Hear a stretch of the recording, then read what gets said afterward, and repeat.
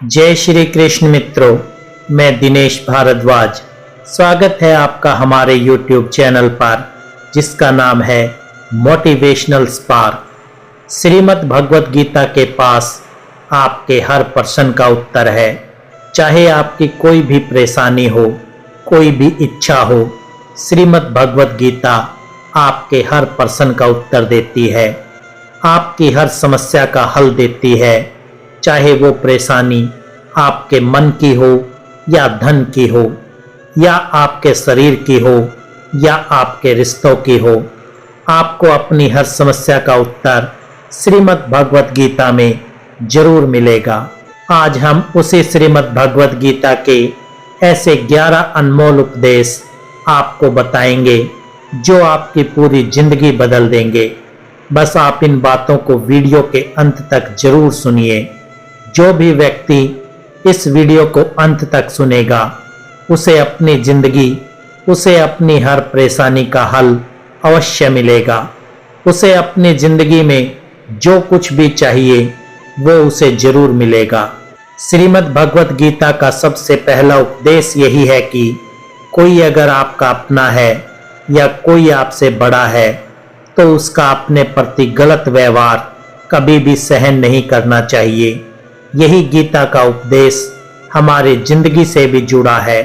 हम भी अपने मन की अधिकतर तकलीफों को ये सोचकर जिंदगी भर सहते रहते हैं कि ये तो मेरा अपना है, ये तो मेरा बड़ा है, इसको हम कैसे कुछ कह सकते हैं। हम अगर नहीं सहेंगे, कुछ कह देंगे, तो हमारे रिश्ते ही खराब हो जाएंगे, हमारे रिश्ते ही समाप्त हो जाएंगे। पर सोचने की बात यह है कि उस व्यक्ति को आप अपना कैसे मान सकते हैं जो आपकी तकलीफों की वजह हो। अपना तो वो होता है जो हमारी तकलीफों को दूर कर दे। तो गीता का ये उपदेश है कि किसी को भी अपना फायदा मत उठाने दो, किसी को भी खुद पर जुल्म मत करने दो, क्योंकि आप जितना सहेंगे, लोग उतना आपको सहने के लिए और मजबूर करेंगे। गीता का पहला अध्याय, जिसका नाम अर्जुन विषाद योग, और दूसरा अध्याय जिसका नाम सांख्य योग है, उसके आरंभ में अर्जुन ने श्री कृष्ण के आगे अपना दुख प्रकट किया कि हे केशव, मैं कौरवों से कैसे युद्ध कर सकता हूँ, ये सब तो मेरे अपने ही हैं। मैं कैसे भीष्म पितामह और द्रोणाचार्य से युद्ध करूँगा, क्योंकि वो दोनों मेरे पूजनीय हैं।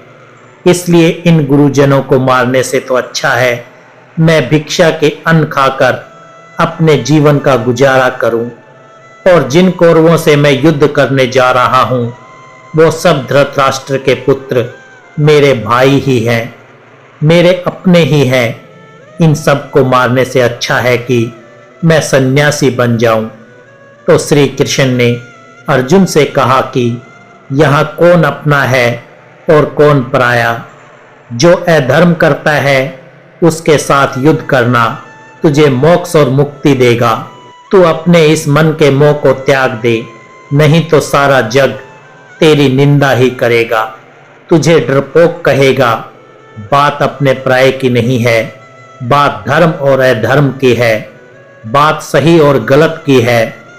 अगर तू गलत को सहेगा, उसका अंत नहीं करेगा, तो गलत करने वाले को और बल मिलेगा, वो और भी गलत करेगा। इसलिए मन के मोह का त्याग करके तू युद्ध कर। महाभारत की एक और कहानी भी है, जब अर्जुन के पुत्र अभिमन्यु की युद्ध में मृत्यु हो जाती है, तब अर्जुन बहुत दुखी होता है, रोने लगता है। वो श्री कृष्ण से कहने लगा कि मेरा पुत्र अभिमन्यु मर गया है, मैं ये दुख बिल्कुल भी सहन नहीं कर सकता, मैं भी अपने आप को समाप्त कर लूंगा।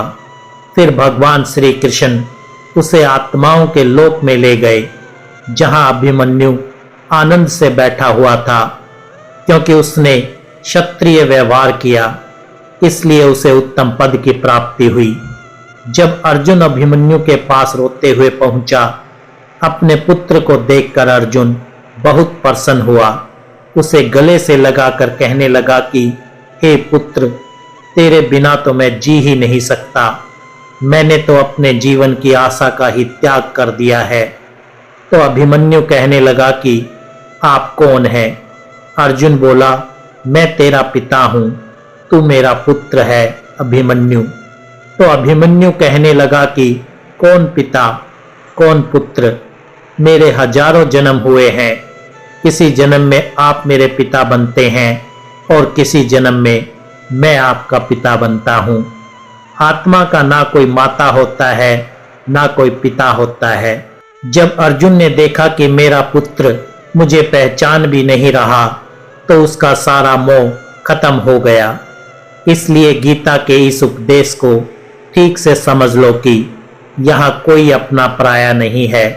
जो बुरे वक्त में, तकलीफ के वक्त में हमारा साथ दे, सिर्फ वही हमारा अपना है, बाकी सब पराये हैं।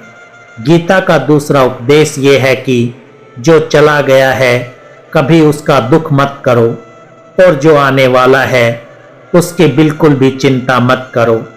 जब महाभारत का युद्ध चल रहा था तब अर्जुन ने श्री कृष्ण से कहा कि अगर ये युद्ध हुआ तो करोड़ों लोग मारे जाएंगे। जो सैनिक और योद्धा इस युद्ध में मारे जाएंगे उनकी स्त्रियों का क्या होगा, समाज कैसे आगे बढ़ेगा। और भी बहुत सी बातें अर्जुन ने विस्तार से कही हैं। तो भगवान श्री कृष्ण ने कहा, हे अर्जुन, तू बड़ी बड़ी ज्ञानियों जैसी बातें करता है, लेकिन जो सच में ज्ञानी होता है वो जो लोग मर चुके हैं, जा चुके हैं या एक दिन जाने वाले हैं उनकी चिंता नहीं करता है, उनका दुख नहीं करता है। तेरे हाथ में कुछ भी नहीं है, तू चाह कर भी कुछ कंट्रोल नहीं कर सकता। जीवन और मरण ये तो प्रकृति की नियति है। इसलिए जो ज्ञानी होता है वो किसी के मरने पर भी रोता नहीं है। ज्ञानी जन ना ही बीते हुए कल का शोक करते हैं और ना ही आने वाले कल की चिंता करते हैं। इसलिए जो होने वाला है वो होकर रहता है और जो नहीं होने वाला है वो कभी नहीं होगा। ऐसा निश्चय जिसको समझ में आ जाता है, जिसके बुद्धि में आ जाता है, उसे कभी कोई चिंता नहीं सताती, कोई दुख नहीं सताता। हमारे सारे दुखों का कारण ही यही है। या तो हम जो वक्त गुजर चुका है उसे सोच सोच कर परेशान होते रहते हैं, या भविष्य की चिंता कर करके खुद को बीमार कर देते हैं, नष्ट कर देते हैं। गीता का ज्ञान हमें यही सिखाता है कि ना तो हम बीता हुआ कल बदल सकते हैं और ना ही आने वाले कल पर कंट्रोल कर सकते हैं। हमारे हाथ में सिर्फ वर्तमान है, सिर्फ आज का ही पल है। हमारा 98% तनाव और चिंताएं भूतकाल और भविष्य काल के बारे में सोचने से रहती हैं। हमारा 98% तनाव और चिंताएं भूतकाल और भविष्य काल के बारे में सोचते रहने से होता है। हम हमेशा उसी में ही जीते रहते हैं, मगर वर्तमान में कभी नहीं जीते, इस पल को कभी नहीं जीते। जब आप वर्तमान का पूरा आनंद लेना सीख जाओगे तभी आपकी जिंदगी से तनाव कम होगा, चिंताएं खत्म होंगी। वर्तमान में जीना एक बहुत बड़ी उपलब्धि है। हमारे हाथ में भी सिर्फ आज का ही पल है। हमें जो भी करना है आज ही करना है। कभी भी ये सोचकर समय को नष्ट नहीं करना चाहिए कि अभी मेरे पास बहुत समय बचा है। एक गुरुजी ने अपने एक शिष्य को पारस का पत्थर दिया। उनका वो शिष्य बहुत आलसी था, हर काम को कल पर टाल देता था। तो गुरुजी ने उसे कहा कि मैं तुझे ये पारस पत्थर दे रहा हूँ। इस पारस पत्थर से जब तू लोहे को स्पर्श कराएगा तो वो लोहा सोना बन जाएगा, और ये पारस पत्थर मैं तुझे 1 महीने के लिए दे रहा हूँ। जब 1 महीना समाप्त हो जाएगा तब मैं तुझसे ये पत्थर वापस ले लूंगा। तब तक तू इस पत्थर को अपने पास ही रख। गुरुजी का वो शिष्य बाजार में लोहा खरीदने के लिए गया। जब बाजार में वो लोहा खरीदने पहुंचा तो उसे लोहे का वो रेट बहुत महंगा लगा। उसने कहा, थोड़े दिन रुक के ले लूंगा जब लोहे का रेट कम हो जाएगा। पर उसकी बुद्धि में ये बिल्कुल नहीं आया कि इस लोहे को मैं सोना बनाकर बहुत अधिक धन कमा सकता हूँ। लेकिन उसके मन की सुस्ती, उसके मन का आलस्य, उसकी वजह से उसने उस काम को कल पर टाल दिया। ऐसे ही करते करते पूरा महीना समाप्त हो गया। फिर गुरुजी उस शिष्य के पास आ पहुंचे कि बताओ तुमने कितना सोना बनाया। शिष्य बोला कि मैंने तो अभी सोना बनाना शुरू भी नहीं किया। तो गुरुजी ने कहा मुझे मेरा वो पार्स पत्थर वापस चाहिए। शिष्य बोला कि नहीं, मुझे थोड़ा वक्त और दीजिए, मैं थोड़ा सोना बनाना चाहता हूँ। गुरुजी ने कहा कि ये पार्स पत्थर पूरा 1 महीना तेरे पास था, पर तू कुछ नहीं कर पाया। लेकिन अब समय समाप्त हो चुका है। ऐसे ही ये हमारा जीवन है, हमारी जिंदगी है, और ये समय ही पार्स पत्थर है। हम समय के एक एक पल से अपने जीवन को सोना बना सकते हैं। लेकिन हमें ये लगता है कि हमारे पास बहुत समय बचा है, एक दिन जिंदगी को जी लेंगे, एक दिन जिंदगी में खुश हो जाएंगे। लेकिन वो दिन कभी नहीं आता और हम जिंदगी भर भागते रहते हैं, चिंता करते रहते हैं, दुखी होते रहते हैं। लेकिन जिंदगी को जीना, खुश रहना हम भूल जाते हैं। इसलिए गीता का ज्ञान हमें यह सिखाता है कि आप आज में जीना सीखो, इस पल में जीना सीखो। गीता का तीसरा उपदेश ये है कि मौत से डरना बिल्कुल व्यर्थ है। श्री कृष्ण ने गीता में कहा है कि ये संसार मृत्यु लोक है, जिसका भी जन्म हुआ है वो एक दिन जरूर मर जाएगा, जिसका आरंभ हुआ है उसका अंत अवश्य होगा। हम इसे रोक नहीं सकते। जैसे हम रोज कपड़े बदलते हैं, वैसे ही हमारी आत्मा नया शरीर धारण करती है। मृत्यु सिर्फ इस जीवन का एक नया आरंभ है, इस जीवन का अंत नहीं है। आत्मा कभी नहीं मर सकती और ना ही उसे कोई मार सकता है। लेकिन मौत का डर मनुष्य को सबसे ज्यादा लगा रहता है। मौत का दुख भी इंसान को सबसे ज्यादा होता है। एक पेड़ में 2 पक्षियों का जोड़ा रहता था। उन दोनों को एक दूसरे से बहुत प्रेम था। उन्होंने साथ जीने मरने की कस्में खाई थी। एक दिन वहां एक शिकारी आया और उसने एक तीर चलाकर वहां पेड़ पर बैठे मादा पक्षी को मार दिया। तो वो अकेला नर पक्षी रोने लगा कि मैं तुम्हारे बिना कैसे जी पाऊंगा। तुम्हारी जगह मेरी मृत्यु आ जाती, मेरा जीवन तुमको मिल जाता। वो रो रो के बहुत विलाप करने लगा। इतने में ही उस शिकारी ने दूसरा तीर चलाया और उस नर पक्षी को भी मार दिया। वास्तविकता में ये कहानी हमारी ही है। हम भी रोते रहते हैं जब कोई मरता है तो, लेकिन हमें ये नहीं पता कि एक ना एक दिन हमारा भी जीवन समाप्त हो जाएगा। हम भी उसी मृत्यु के पेड़ पर ही बैठे हैं, लेकिन शरीर का मिटना हमारा अंत नहीं है। श्री कृष्ण ने अर्जुन से कहा कि हे अर्जुन, तेरे और मेरे अनंत जन्म हुए हैं। तुझे कुछ भी याद नहीं है, लेकिन मुझे सब याद है। जो व्यक्ति इस सत्य को समझ ले कि मैं यहाँ इस संसार में कुछ समय के लिए आया हूँ, उसकी जिंदगी के सारे झगड़े, सारे दुख, सारी चिंताएं ही समाप्त हो जाएंगी। जब इस संसार से जाना ही है तो दुख किस बात का।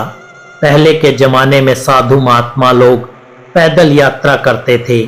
यात्रा करते करते वो एक नगर में पहुंचे। वो महात्मा बहुत थक चुके थे। उस नगर में उन्होंने एक महल देखा और उन्होंने उस महल में जाकर विश्राम करने का सोचा और वो महल में जाकर सो गए। जब उस महल में वहां का राजा पहुंचा तो अपने पलंग पर उस महात्मा को सोता देखकर बहुत हैरान हो गया। राजा उस महात्मा से पूछने लगा कि तुम मेरे महल में कैसे घुस आए और मेरे बिस्तर पर सो कैसे गए। महात्मा कहने लगा, ये तुम्हारा महल है, मुझे तो लगा ये धर्मशाला है। तो राजा ने कहा, आपको मेरा महल धर्मशाला कैसे लगा। तो महात्मा ने राजा से प्रश्न किया कि तुमसे पहले इस महल में कौन रहता था। तो वो राजा बोला कि मुझसे पहले मेरे पिता यहाँ रहते थे और उनसे पहले मेरे दादाजी यहाँ रहते थे। तो महात्मा ने फिर प्रश्न किया कि क्या तुम इस महल में हमेशा रहोगे या तुम्हारे बाद कोई और रहेगा? तो राजा कहने लगा कि मेरे बाद मेरा पुत्र इस महल में रहेगा। तो महात्मा राजा से कहने लगे कि जिस जगह पर रहने वाले बार बार बदल जाते हों उसे घर कैसे कह सकते हो? वो तो धर्मशाला ही है, इसलिए तेरे महल को धर्मशाला समझकर मैं इसमें रात बिताने के लिए आ गया। धर्मशाला जान जग को जीव सब मेहमान है, मोह किसी से मत करो सब सौपन का सामान है। यदि हम भी इस बात को समझ लें कि हम यहाँ कुछ समय के लिए आए हैं, आनंद करने के लिए आए हैं, खुश रहने के लिए आए हैं, तो हमारे सारे दुख ही समाप्त हो जाएं। जब हम अपना मोह यहाँ जमा लेते हैं, अपना दावा यहाँ जमा लेते हैं कि ये मेरा है, इसे मैं छोड़ नहीं सकता, इसके बिना मैं जी नहीं सकता, तो हमारा जीवन दुखों से भर जाता है। इसलिए जीवन में मृत्यु का भय त्याग करके जीवन का प्रतिफल आनंद लेना चाहिए। गीता का चौथा उपदेश, मन और विचारों को कंट्रोल किए बिना जीवन में कभी शांति और सुकून मिलने वाला ही नहीं है। अर्जुन ने श्री कृष्ण से कहा कि मेरा मन सही गलत सब कुछ जानता है, फिर भी मेरे विचार और मेरा मन मुझसे कंट्रोल नहीं होता। मैं जो करना चाहता हूँ वो कर नहीं पाता और जो नहीं करना चाहता हूँ वो मेरा मन मुझसे जबरदस्ती करवाता है। इसलिए मैं बेचैन हो गया हूँ, मुझे शांति प्राप्त नहीं हो रही है। तो श्री कृष्ण ने अर्जुन से कहा, उसके लिए तुझे अपने मन और विचारों से डिटैच होकर अपने मन और विचारों को सही दिशा में ले जाने की प्रैक्टिस करनी होगी, अभ्यास करना होगा। और ये एक दिन का काम नहीं है। जब तक तू अपने मन और विचारों की गुलामी का त्याग नहीं करता, तब तक तुझे जीवन में कभी शांति नहीं मिलेगी। एक राजा था, वो बहुत बेचैन और परेशान रहता था। एक दिन वो अपने गुरुजी के पास गया और उनसे कहने लगा कि मेरा मन बहुत बेचैन है, मैं बहुत परेशान हूँ, मैंने पूरे संसार को जीत लिया है, सब कुछ है मेरे पास, पर मैं खुश नहीं हूँ, मेरे मन में सुकून नहीं है, शांति नहीं है। तो गुरुजी ने राजा से कहा कि तुम्हारे नगर में अगर कोई ऐसा व्यक्ति है जिसने सुकून को प्राप्त कर लिया है, शांति को प्राप्त कर लिया है, तुम उसका एक बार कुर्ता पहन लो तो तुम्हारे जीवन में भी शांति आ जाएगी। राजा बहुत प्रसन्न हो गया कि ये तो बहुत आसान काम है। वो अपने राजमहल में आया और राजसभा में वो सबसे कहने लगा कि आप लोगों में से जो भी शांत हो चुका है, जिसे सुकून मिल गया हो, वो अपना कुर्ता मुझे दे दे। वो बदले में जितना भी धन मांगेगा मैं उसे दे दूंगा। सब लोग एक दूसरे का मुंह देखने लगे। पैसों का लालच आया, लेकिन सबको एक दूसरे की सच्चाई पता थी, क्योंकि किसी की जिंदगी में भी शांति और सुकून नहीं था। सब अपना सर झुकाकर वहां पर खड़े हो गए। फिर उस राजा ने पूरे नगर में ढिंढोरा बटा दिया कि जिसे भी शांति प्राप्त हो चुकी हो, सुकून प्राप्त हो चुका हो, वो मेरे पास आकर अपना कुर्ता दे दे। वो जितना कहेगा उसे उतना ही धन दिया जाएगा। लेकिन एक भी व्यक्ति ऐसा नहीं मिला जिसे शांति प्राप्त हो चुकी हो। वास्तविकता में जब कोई मरता है तब हम कहते हैं कि वो फला व्यक्ति आज शांत हो गया। कभी किसी जिंदा इंसान के लिए नहीं सुना कि एक जीता जागता इंसान शांत हो गया है। राजा के सैनिक पूरे शहर में ढूंढते रहे, फिर उन्हें पेड़ के नीचे एक महात्मा तपस्या करता दिखा, जिसके चेहरे पर एक शांति थी, सुकून था। वो सैनिक उस महात्मा के पास आकर पूछने लगे कि क्या आपने शांति प्राप्त कर ली है? सुकून प्राप्त कर लिया है। महात्मा ने कहा, मैं पूरी तरह से शांत हूं। तो सैनिक उसे राजा के पास ले आए। राजा ने उस महात्मा से प्रश्न किया कि क्या आपको शांति, सुकून प्राप्त हो चुके हैं? वो महात्मा कहने लगे, महाराज, मैं पूरी तरह से शांत हूं। मुझे कोई चिंता नहीं, मुझे किसी चीज की लालच नहीं, मुझे कोई इच्छा नहीं है। तो राजा भी बहुत प्रसन्न हो गए कि आखिर वो व्यक्ति मिल ही गया जिसे शांति की प्राप्ति हो चुकी है, जिसे सुकून प्राप्त हो चुका है। तो राजा उस महात्मा से कहने लगे कि हे महात्मा, आप कृपा करके अपना कुर्ता मुझे दे दीजिए, बदले में मैं आपको जो मांगोगे मैं आपको दे दूंगा। तो महात्मा कहने लगे कि महाराज, सुकून और शांति तो मुझे मिल चुके हैं, लेकिन क्या करूं, मेरे पास कुर्ता ही नहीं है पहनने के लिए जो मैं आपको दे सकूं। जब राजा ने उस महात्मा की ये बात सुनी कि इस महात्मा के पास कुर्ता भी नहीं है पहनने के लिए, उसके बाद भी ये महात्मा एकदम शांत थे। इसके जीवन में सुकून है। मैं सारी जिंदगी धन को जोड़ने में लगा रहा, दुनिया जीतने में लगा रहा, लेकिन मुझे शांति नहीं मिली, सुकून नहीं मिला। क्यों? क्योंकि शांति और सुकून बाहर की चीज नहीं है, अपने भीतर की चीज है। इसलिए जब कोई व्यक्ति अपने मन और विचारों को कंट्रोल नहीं करता, तब तक उसके जीवन में सुकून और शांति नहीं आती। और गीता का उपदेश हमें यही सिखाता है कि जीवन में शांति चाहिए तो मन को शांत करना सीखो।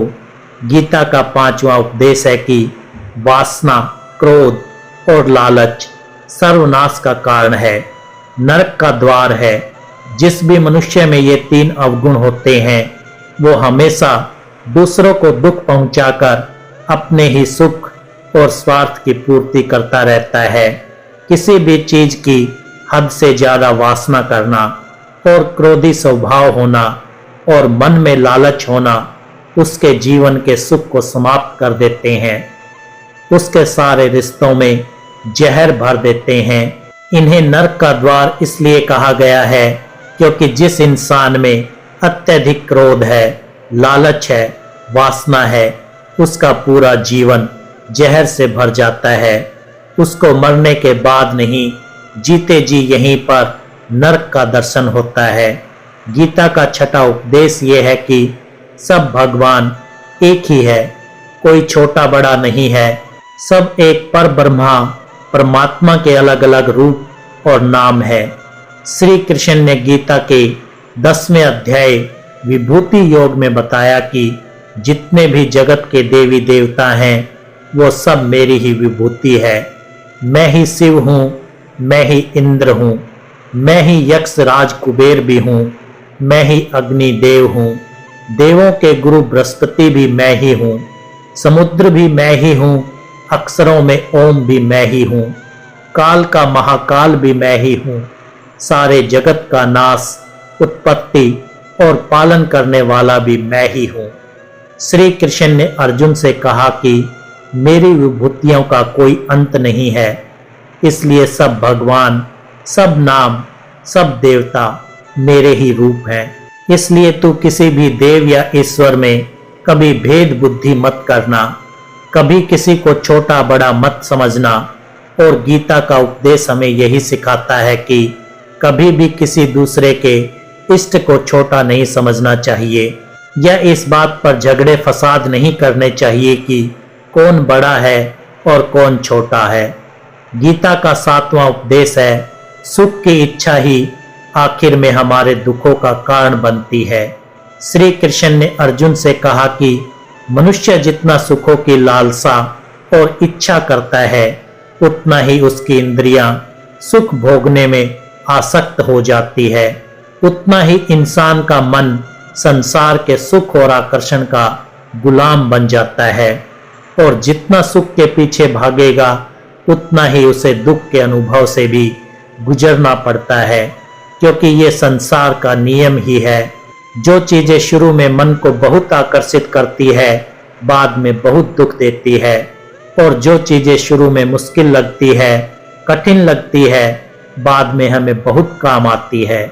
गीता का 8वां उपदेश ये है, जो भी मनुष्य दुनिया के सारे सहारे छोड़कर सिर्फ भगवान को ही अपना सहारा मान लेता है, उसकी हर जरूरत वो ईश्वर पूरी करता है। उसकी हर प्रकार से रक्षा वो परमात्मा ही करता है। जो भी व्यक्ति मुझे ही अपना सहारा मानता है, उसका योग क्षेम मैं वहन करता हूँ। योग क्षेम वहन का अर्थ है जो चीज नहीं मिली है उसकी प्राप्ति कराना, उसका नाम योग है। और जो चीज जीवन में मिली हुई है उसकी रक्षा करना, उसका नाम सेम है। तो श्री कृष्ण कहते हैं, जो मुझ पर डिपेंड हो जाते हैं उनको जो चाहिए वो मैं जरूर देता हूँ और उनकी हर प्रकार से मैं रक्षा भी करता हूँ। गीता का 9वां उपदेश है कि इस संसार में हमारा कुछ भी नहीं है। गीता सार में आपने कई बार सुना होगा कि तुम्हारा क्या गया जो तुम रोते हो, तुम क्या लाए थे जो तुमने खो दिया, तुमने क्या पैदा किया जो नष्ट हो गया, तुमने जो लिया यहीं से लिया, जो कुछ भी दिया यहीं पर दिया। जो आज तुम्हारा है कल किसी और का होगा, क्योंकि परिवर्तन इस संसार का नियम है। कल तक जिसके बिना आप जी नहीं सकते थे, आज उनसे कोई रिश्ता ही नहीं है, बातचीत तक नहीं है। कहाँ गए वो जीवन भर के सारे रिश्ते, वो सारे मित्र जो साथ जीने मरने की बातें करते थे। आज पता भी नहीं कि वो लोग कहाँ चले गए। ये संसार परिवर्तनशील है, सब लोग यहाँ बदल जाते हैं, हर रिश्ता बदल जाता है। और तो और ये हमारा शरीर भी हर दिन बदल रहा है, बचपन से जवानी, जवानी से बुढ़ापा, और एक दिन ये शरीर हमारा साथ छोड़ देता है। तो किसके लिए रोना और किसकी चिंता करना। हम सारी जिंदगी चीजों को, रिश्तों को, जिंदगी को बनाने में, सजाने में, संवारने में लगे रहते हैं, लेकिन एक दिन सब कुछ बिखर जाता है। सारी जिंदगी जिस संपत्ति, जिन रिश्तों के लिए हम लड़ते रहते हैं, एक दिन सब कुछ छोड़ के हमें इस दुनिया से जाना पड़ता है। गीता का 10वां उपदेश हमें ये सिखाता है कि किसी से भी हद से ज्यादा मोह कभी मत करना। श्री कृष्ण ने गीता का पूरा ज्ञान ही अर्जुन के मोह को नष्ट करने के लिए कहा है। ये मोह ही है जो इंसान को सबसे ज्यादा रुलाता है। मोह इतना बलवान है कि शेर जैसे इंसान को भी गीदड़ बना देता है। जो अर्जुन युद्ध में देवताओं से भी जीत गया, पर अपने रिश्तेदारों को युद्ध में देखकर उसका हाथ कांपने लगा, वो बोला, हे केशव, मेरे हाथ में धनुष पकड़ने की ताकत भी नहीं बची है, मेरे हाथ कांप रहे हैं, मैं युद्ध नहीं कर पाऊंगा। ये मोह इतना पेनफुल होता है जिसकी पीड़ा ना सह पाने के कारण कई लोग अपनी जिंदगी खत्म कर देते हैं, आत्महत्या तक कर लेते हैं कि उस व्यक्ति के बिना हम जी नहीं पाएंगे। जीवन में किसी से भी हद से ज्यादा मोह करोगे तो जीवन भर पीड़ा का ही सामना करना पड़ेगा। जो व्यक्ति अपने मोह से बाहर नहीं आता, उसका सब कुछ उससे छिन जाता है, उसकी सारी खुशी खत्म हो जाती है। इसलिए गीता का ज्ञान बार बार यही सिखाता है कि अपने मन के मोह को त्याग करके आप बलवान बनो, बुद्धिमान बनो, सत्य के दर्शन करो कि वास्तविकता क्या है, क्योंकि हमारा मोह हमें हमेशा झूठ ही दिखाता है, झूठ पे ही विश्वास दिलाता है और दिल में झूठी उम्मीदें जगाता है। और यही हमारे दुखों का सबसे बड़ा कारण है। हम ही मोह कर लेते हैं, हम ही लोगों से उम्मीद लगा बैठते हैं, पर वास्तविकता बिल्कुल अलग होती है। लोग वैसे नहीं होते जैसे हम मान लेते हैं, जैसा हम समझ लेते हैं, क्योंकि मोह के कारण हमें सच्चाई नहीं दिख पाती, लोगों का असली चेहरा नहीं दिख पाता। इसलिए गीता का उपदेश हमें ये सिखाता है कि जीवन में अगर आनंद और प्रसन्नता से रहना है तो किसी से भी हद से ज्यादा मोह कभी मत करना। गीता का 11वां उपदेश ये है कि इस दुनिया में अगर आए हो तो दुख तो मिलेगा ही मिलेगा। दुख से कभी घबराना मत, दुख से कभी डरना मत। श्री कृष्ण ने गीता में कहा है कि ये संसार दुखालय है, अर्थात ये संसार दुखों का घर है। जैसे औषधालय में औषधि मिलती है, पुस्तकालय में पुस्तकें मिलती हैं, चिकित्सालय में चिकित्सा होती है, वैसे इस संसार को भी श्री कृष्ण ने एक नाम दिया है, दुखालय, जहां पर दुख मिलता हो। दुख तो यहाँ हर किसी के जीवन में आता ही है, लेकिन अगर दुख आया है तो सुख भी आएगा। इसलिए दुख से कभी डरना नहीं चाहिए, क्योंकि ये संसार दुखालय भी है और अशाश्वत भी है। अशाश्वत का मतलब ही यही होता है कि यहाँ परमानेंट कुछ भी नहीं है। यहाँ सब कुछ बदल जाता है, दुख सुख में बदल जाता है और सुख दुख में बदल जाता है, सम्मान अपमान में बदल जाता है और अपमान सम्मान में बदल जाता है, खुशी दर्द में और दर्द खुशी में कभी भी बदल जाती है, जीत हार में और हार जीत में। यहाँ कभी भी कुछ भी बदल सकता है, कुछ भी परमानेंट नहीं है। ना ही हम परमानेंट है, ना ही हमसे जुड़ी कोई चीज यहाँ परमानेंट है, क्योंकि ये संसार अशाश्वत है, शाश्वत नहीं। यहाँ सब कुछ बदलने वाला है, यहाँ कुछ भी परमानेंट नहीं रहेगा, तो आपका दुख भी परमानेंट नहीं रहेगा। इसलिए दुख से कभी भी डरना नहीं चाहिए। गीता का ये उपदेश हजारों साल पुराना है, लेकिन आज भी नए से नया है। पूरे विश्व में गीता को सबसे ज्यादा पढ़ा गया है और सबसे कम समझा गया है। श्रीमद् भगवत गीता के ये उपदेश अगर कोई व्यक्ति ठीक से समझ ले और उसे अपनी जिंदगी में उतार ले, तो ये पक्की बात है, वो अपनी जिंदगी में जो चाहे वो हासिल कर सकता है। अपने जीवन की हर समस्या से वो एक पल में बाहर आ सकता है। श्रीमद् भगवत गीता के इस दिव्य उपदेश को हमें बार बार सुनना चाहिए, हर रोज सुनना चाहिए। जब भी जीवन में कोई चिंता या परेशानी आए तो एक बार इस उपदेश को जरूर सुन लेना और मन में ये विश्वास रखना कि गीता का ये उपदेश आपकी जिंदगी की हर परेशानी में आपको राह अवश्य दिखाएगा। गीता का ये ज्ञान अमृत से भरा है, जो इंसान के मरे हुए मन और जीवन में एक नई जान डाल देता है। मैं गारंटी के साथ ये बात कह सकता हूँ कि जो कोई भी इन 11 बातों को ध्यान से पूरा वीडियो के अंत तक सुनेगा, उसे अपनी हर समस्या का हल मिल जाएगा, उसे वो सब कुछ मिल जाएगा जो वो पाना चाहता है। तो दोस्तों, मैं दिल से आशा करता हूँ कि आपको ये वीडियो पसंद आया होगा। अगर वीडियो पसंद आया हो तो वीडियो को लाइक करें, चैनल को सब्सक्राइब करें और कमेंट में जय श्री राधे कृष्णा लिखकर अपनी भक्ति को व्यक्त करें।